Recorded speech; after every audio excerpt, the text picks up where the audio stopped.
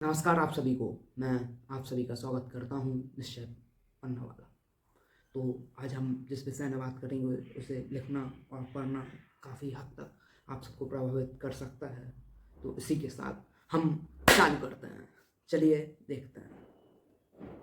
अब हम एक ऐसी कहानी लिख रहे हैं जो आप सभी को काफ़ी प्रभावित कर दे। हो सकता है कुछ भी कहने वाली ना हो, कोई भी सही तर्क ना हो, लिखने वाले की कल्पना शक्ति हो, पर पन्ना वाला की कोशिश हमेशा रही है जो बात कर रहा है उसकी कोई ना कोई सही वजह हो। इसके चलते कुछ बातें ऐसी हैं जिनका सटीक या सही तर्क या सबूत इतिहास में स्पष्ट रूप से उपलब्ध नहीं है, लेकिन हम पहले भी कह चुके हैं जब तक गलत नहीं हैं, जब तक सही का नहीं मालूम है। तो इसी के साथ कहानी को बिना रुकावट के चालू करते हैं। हम सब ने सुना है कि इतिहास खुद में दोहराता है, मतलब इतिहास पहले जहां था फिर से वहां आ जाता है। समय बदल जाता है, पर जो स्थिति और परिस्थिति का पुनः बनती है, हम मनुष्य उस परिस्थिति को बनने ना दें, ऐसा कदापि संभव नहीं है। केवल उसका समय सीमा लंबी कर सकते हैं, मतलब अभी के लिए वापस भेज दिया या अटका दिया, पर लेकिन अब तक उसको पूर्ण रूप से खत्म नहीं किया है या उसका संपूर्ण समाधान नहीं मिल पाया है। मुझसे मेरे गुरुदेव कहा करते थे कि समस्या से भाग जाना और दबा देना और समस्या का समाधान कर देना दोनों अलग अलग चीजें हैं। इसी के चलते हमारा मकसद रहेगा कि समस्या भी उजागर हो और वजह भी मिले और समाधान भी मिलते चले। आज शहरीकरण का युग है, कितने गांव खाली हो चुके हैं। शहर जाने के चक्कर में, अच्छी सुविधा के लालच में आज भी रुक नहीं रहे हैं, निरंतर तेजी के साथ चालू हैं। अच्छी बात है, क्योंकि सुविधा हम सबको पसंद है। यदि हम माने कि शहरीकरण की शुरुआत कुछ दशक पहले हुई या उससे पहले कभी कुछ इस प्रकार का नहीं हुआ करता था, तो यह कहना गलत होगा। हमारी रिसर्च के मुताबिक मान लो एक राजा है, उसके राज में सब कुछ आनंद में है, कोई भी समस्या नहीं है, प्रजा एकदम खुश है और आनंद में जीवन व्यर्थ कर रही है। राजा की बात को सोने की लकीर की तरह उसकी बात का पालन किया जा रहा है। राजा की सदैव कोशिश रही है, इसी का परिणाम है आज इतना मजबूत साम्राज्य बना लिया है। उस राज्य को आर्थिक रूप से मजबूत और सैन्य उपलब्धियां भी हासिल हैं। इसी के चलते उसका पूरा क्षेत्र एक तरफा एक का चल रहा है। इसी के चलते दूर दूर से व्यापारी जन आना जाना बना रहता है, आना तैयार हो चुकी है। खेती के जल की प्राप्ति के लिए उसे क्षेत्र में कई नदियां निकल रही हैं, जिसको प्रजा और राजा सब मिलकर देवी का दर्जा देकर उसकी पूजा अर्चना आस्था का केंद्र बना लिए हैं।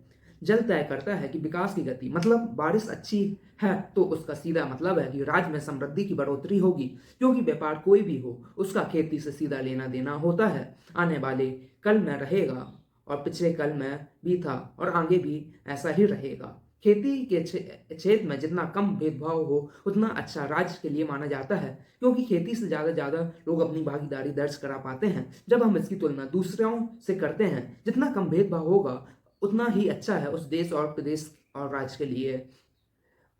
इसकी समृद्धि का अंदाज लगाने के लिए, क्योंकि इसके चलते समाज और प्रजा में जो गरीब और अमीर के बीच का अंतर कम होता है, जिससे ज़्यादा से ज़्यादा लोग जुड़ पाते हैं। चलिए उदाहरण लेकर समझते हैं। देश की समृद्धि की गणना कर रहे हैं, तब हमें केवल एक वर्ग या समुदाय से अंदाजा नहीं लगाते या उसको लेके हम अपना रिजल्ट तैयार नहीं करते हैं। जब हम रिजल्ट तैयार करते हैं या अपना नतीजा या निष्कर्ष निकालते हैं, तो हम उसमें संपूर्ण प्रजा को काउंट किया करते हैं।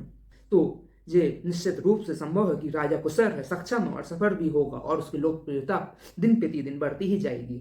उसकी जो योजना है लोगों को ज़्यादा से ज़्यादा जोड़ने का काम कर रही हैं। जब ज़्यादा से ज़्यादा लोग तक फायदा होगा, उसका मतलब है राज्य में जनता की तरफ जा रहा है। देखो, यदि राज्य में 5,000 रुपये हैं, उतने ही रहेंगे। फिर जरूरी है 1,000 रुपये हैं, उनको अच्छा से अच्छा कैसे योग में लाया जाए और सबका काम बनता चले, राजा का भी प्रजा का भी।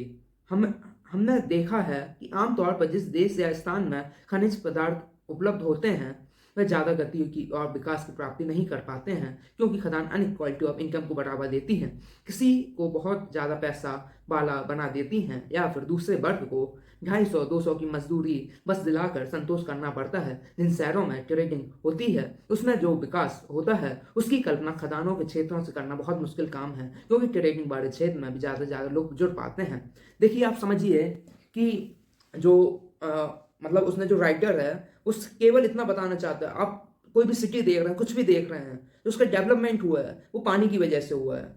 उसका सीधे पानी से ताल्लुक है, पानी से लेना देना है। यदि पानी अच्छा रहता है तो उस क्षेत्र का डेवलपमेंट अच्छा होता है। जो पानी है वो तय करता है कि डेवलपमेंट, इकोनॉमी किस हिसाब से चलेगी। यदि इसमें कमजोरी आ रही है तो यह चिंता की बात है। तो उसमें सिर्फ इतना ही कुछ वो बताना चाहता था, और उसने कुछ लिखा भी हुआ है, वो भी आप सब सुन लीजिए, अच्छा लगेगा। एक खूब बड़े कवि हुए हैं, उनने एक बात लिखी है, कवि हुए हैं, दोहा लिखा है उन्होंने, कुछ लिखा है, पानी बिना सब सून, रहीमन पानी राखिए, पानी बिन सब सून, कुछ इस प्रकार का है। पानी है तो डेवलपमेंट है।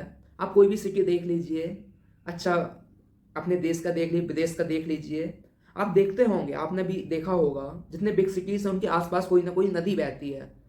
नदी क्यों बहा करती है? नदी जो बह रही है उसका क्या लेना देना है? न आप समझिए कि जो आज इलेक्ट्रिसिटी आ गई, पानी के पंप्स आ गए, घर घर नल आ गए, पर लेकिन जो पहले ऐसा था, जो नहीं था। तो उस समय जो पानी था वो एक बेसिक नीड्स थी। तो इसीलिए जो डेवलपमेंट हुआ किसी भी सिटी का, कहीं भी आप मुंबई देख लीजिए, समुद्र के किनारे है, आप दिल्ली देख लीजिए, यमुना नदी के पास है, और भी ऐसे बहुत सिटीज हैं, आप देखेंगे नदी से उसका सीधा लेना देना है। नदी से लेना देना क्यों है? नदी से लेना देना इसलिए है क्योंकि आज अपन को सुविधा मिल रही है, अपन अंदाज नहीं लगाते, पर लेकिन मानिए जिस दिन वो सुविधा कट जाएगी तो उस समय हम पानी का कैसे बंदोबस्त करेंगे, हाउ हम अरेंज कैसे करेंगे? जो पानी है उससे डेवलपमेंट होता है। जहां पानी अच्छा रहता है वहां डेवलपमेंट भी अच्छा रहा करता है। और भी ऐसे बहुत सी सिटीज में आपको गिना सकता हूँ। और जहाँ नहीं है, जहाँ पानी के उसमें कमजोर है, वहां भी जो उनके राजा हुए या प्रधान जो कुछ भी हुए, उनने पानी को कैसे अच्छा किया जाए उसके लिए भी निरंतर काम किया। क्यों? क्योंकि पानी ही तय करता है कि आगे क्या होना है। तो इसी के साथ मैं अपनी बात खत्म करता हूँ, और उम्मीद करता हूँ जो बताना चाहता था समझ आया होगा, या नहीं आया तो कोई बात नहीं, दुख की बात है। चलिए, thank you so much for listening me. Bye. जय हिंद।